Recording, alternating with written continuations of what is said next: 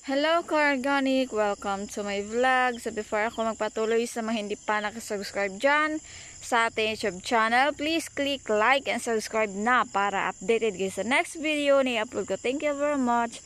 So ayan yung sunflower natin. Nagtanim ako sa gilid ng ating long plot. Kasi pag organic yung practice natin, dapat meron tayong mga flowers sa paligid ng ating gulayan. Ayan, meron ng mature o yung brown. Mature na yan na flower. Ayan. So, ayan sila. Ayun, meron din.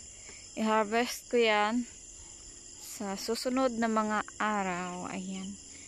So, gitry ko yung pakain. Ito yung seeds nila. Seeds ng sunflower.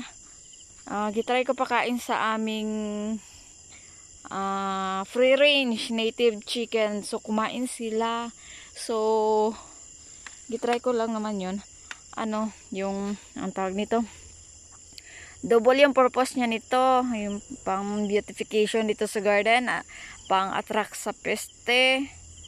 At saka, yun, pagkain ng ating, yung free range native chicken. So, yung mga brown dyan, yung kanina, yung mature na.